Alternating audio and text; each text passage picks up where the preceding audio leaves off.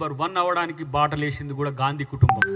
మీలాంటి ఇప్పుడు ఆర్థిక మాంద్యం ఉన్నా కూడా సంకర పెట్టుకొని ఆర్థిక మాంద్యం ఛాయలు కనపడొద్దు. కాబట్టి తెలంగాణ ప్రభుత్వం మాత్రం ఏ పథకాలు చేయకపోయినా అడగొచ్చు, కానీ కేంద్ర ప్రభుత్వం ఏ పథకం చేయకపోతే మాత్రం ఎవరు అడగొద్దు. ఇలా ప్రపంచ ఆర్థిక మాంద్యంకి ఏ సమస్య ఉందో మీకు ఏమైనా కనీసం తెలిసిన వాళ్ళు ఉన్నారా?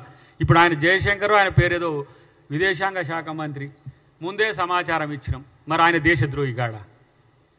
పాకిస్తాన్కి ముందే సమాచారం ఎట్లిస్తారా? ఇలాంటి తలకాయ లేని చేతలు చేయడం, మళ్ళీ రాహుల్ గాంధీ మీద కామెంట్ చేయడం, మళ్ళీ కాంగ్రెస్ పార్టీ మీద చేయడం. ఇలా కాంగ్రెస్ పార్టీ మీద మీరు చేస్తున్న కామెంట్ చూస్తే థూ అనిపిస్తుంది. మిమ్మల్ని చూస్తే బూతు. మీరు మళ్ళీ పవిత్రం అని చెప్పుకుంటారు, సిగ్గు లజ్జ లేకుండా. కిషన్ రెడ్డి నడిపిస్తుండా సోషల్ మీడియా, మరి ఇంకెవరైనా నడిపిస్తుండో నాకు తెలియదు. చూస్తానికేమో నల్లికుట్టలాగా కనపడతావు, కానీ ఇలాంటి భాషనా ఇదా? సిగ్గు లజ్జ ఉందా ఆ భాషతో? ఎక్కడియో పెట్టిన వెనకటి గడ కట్ చేసి ఇటు కట్ చేసి అటు తీసుకొచ్చి నా మీద ట్రోల్ చేస్తారు. రాహుల్ గాంధీ మీద ట్రోల్ చేస్తారు, మా రేవంత్ రెడ్డి గారి మీద ట్రోల్ మీరు మీ బతుకంతా ట్రోల్స్ బతికేనా? వానికి మొహం కూడా ఉండదు. ఆ పెట్టేటోనికి వానికన్నా చూద్దాం, వాని మీద కేసన్న పెడదామంటే వాని మీద ఆయనకి ముఖం కూడా ఉండదు.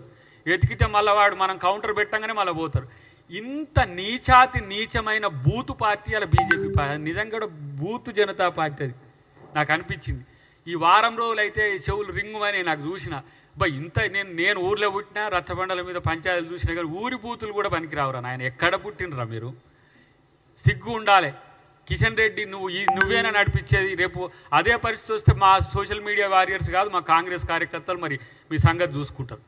ఇలాంటి నీచాతి నీచమైన భాష జాతీయ నాయకుల మీద, గాంధీకి, మహాత్మా గాంధీకి టోపీ పెట్టి, ముస్లిం టోపీ పెట్టి పాకిస్తాన్ ఆయనని పెడతారు.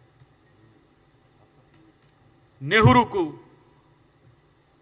జాతీయ నాయకుల మీద కాదు, ఈ జాతికి స్వాతంత్రం తెచ్చిన నాయకుల మీద కనీసమైన గౌరవం లేని మీకెక్కడిది జాతీయత?